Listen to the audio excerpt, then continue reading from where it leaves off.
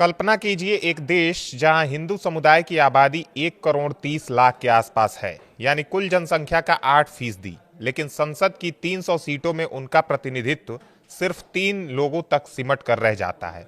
वो भी ऐसे समय में जब 20 साल पहले ये संख्या 14 से 20 तक पहुंचती थी। हैरत की बात यह है कि तीनों जीत मुस्लिम बहुल इलाके से आई है, जहां वोटरों ने जाति धर्म से ऊपर उठकर फैसला लिया।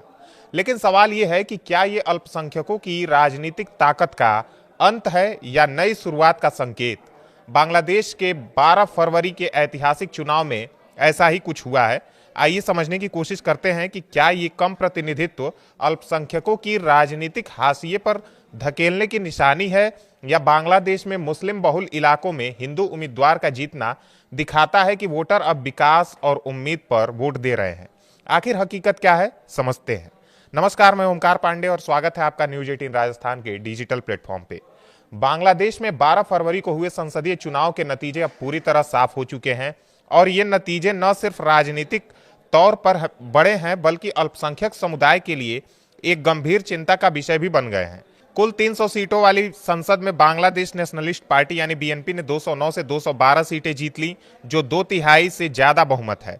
इससे पार्टी के चेयरमैन तारिक रहमान को प्रधानमंत्री बनने का रास्ता पूरी तरह खुल गया है। बीएनपी 20 साल बाद सत्ता में लौट रही है। वहीं जमाते इस्लामी ने अपनी अब तक की सबसे अच्छी परफॉर्मेंस दी और 68 सीटें हासिल की, जो उन्हें मुख्य विपक्षी दल बनाती है। छात्रों की पार्टी नेशनल सिटीजन पार्टी यानी एनसीपी को सिर्फ 6 सीटें मिली हैं। वोटिंग का प्रतिशत करीब 59 से 60% तक रहा और ये चुनाव 2024 के उस बड़े छात्र आंदोलन के बाद हुआ है जिसने शेख हसीना की 15 साल पुरानी सरकार को उखाड़ कर फेंक दिया था। अब नई सरकार को अर्थव्यवस्था को पटरी पर लाने, लोकतंत्र को मजबूत करने और संविधान में बदलाव लाने जैसे बड़े काम करने हैं। लेकिन इन नतीजों में सबसे ज्यादा चर्चा हिंदू समुदाय के प्रतिनिधित्व पर हो रही है।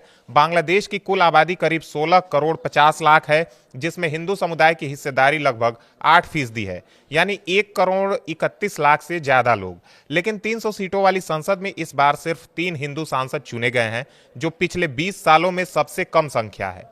पहले जब शेख हसीना की आवामी लीग सत्ता में थी, तब हिंदू सांसदों की संख्या 14 से 20 तक रहती थी। 2009 से 2014 के बीच हिंदू सांसदों की संख्या 16 थी। 2014 से 2019 में 17 और कभी-कभी आरक्षित सीटों को मिलाकर 20 तक हो जाते थे।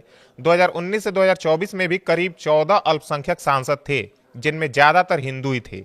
लेकिन इस बार आवामी लीग पर पूरी तरह प्रतिबंध लगा होने की वजह से हिंदू वोटर्स का बड़ा हिस्सा दूसरी पार्टियों की तरफ चला गया और नतीजा ये हुआ कि संसद में उनका प्रतिनिधित्व सिर्फ 1% से भी कम रह गया है। ये तीनों हिंदू सांसद बीएनपी के टिकट पर जीते हैं। बीएनपी ने कुल 6 हिंदू उम्मीदवार उतारे थे, लेकिन सिर्फ 3 कामयाब हुए। सबसे चर्चित नाम है गायेश्वर चंद्र रॉय का, जो ढाका 3 सीट से जीते हैं। उन्होंने जमाते इस्लामी के उम्मीदवार मोहम्मद शाहीनूर इस्लाम को हराया और 99,163 वोट हासिल किए। ढाका से आजादी के बाद यह पहला मौका है जब कोई हिंदू सांसद चुना गया है, जो खुद में एक बहुत बड़ी उपलब्धि है। दूसरा नाम निताई रॉय चौधरी का है, जो मगूरा 2 सीट से जीते हैं। ये सीट मुस्लिम बहुल इलाका है, लेकिन उन्होंने वहां से जीतकर इतिहास रच दिया है। तीसरा नाम है एडवोकेट दीपेन देवान, जो रंगामाटी से जीते हैं। उन्होंने इंडिपेंडेंट उम्मीदवार पहल चकमा को करीब 9,678 वोट से हराया और 31,222 वोट पाए। रंगामाटी चट्टोग्राम हिल ट्रैक्ट्स का इलाका है, जहां आदिवासी और अल्पसंख्यक आबादी ज्यादा है। जमाते इस्लामी ने भी एक हिंदू उम्मीदवार को मौका दिया था, कृष्णा नंदी को। वे खुलना 1 सीट से लड़ रहे थे, लेकिन वे हार गए। बीएनपी के उम्मीदवार आमिर एजाज खान ने उन्हें हराया। कुल मिलाकर चुनाव में 79 अल्पसंख्यक उम्मीदवार मैदान में थे, जिनमें से 10 महिलाएं भी शामिल थीं। 22 पार्टियों ने अल्पसंख्यकों को टिकट दिए, लेकिन जीते सिर्फ 3, यानी जीत सिर्फ 3 हिंदुओं तक ही सिमट कर रह गई। राजनीतिक जानकार कहते हैं कि हिंदू वोट कई जगह निर्णायक होते हैं, खासकर ग्रामीण इलाकों में, लेकिन टिकट बंटवारे और चुनावी गठजोड़ में उनकी हिस्सेदारी कम रह जाती है। कुछ इलाकों में तो हिंदू उम्मीदवार मुस्लिम बहुल क्षेत्रों से लड़कर जीत गए, जो दिखाता है कि वोटर अब जाति से ऊपर उठकर सोच रहे हैं। चुनाव से पहले अल्पसंख्यकों की सुरक्षा को लेकर काफी चिंता थी। शेख हसीना के सत्ता से हटने के बाद कुछ महीनों में ही हिंदू मंदिरों पर हमले, घरों में तोड़फोड़ और कुछ हिंसा की घटनाएं हुई, जिससे समुदाय में डर का माहौल बन गया था।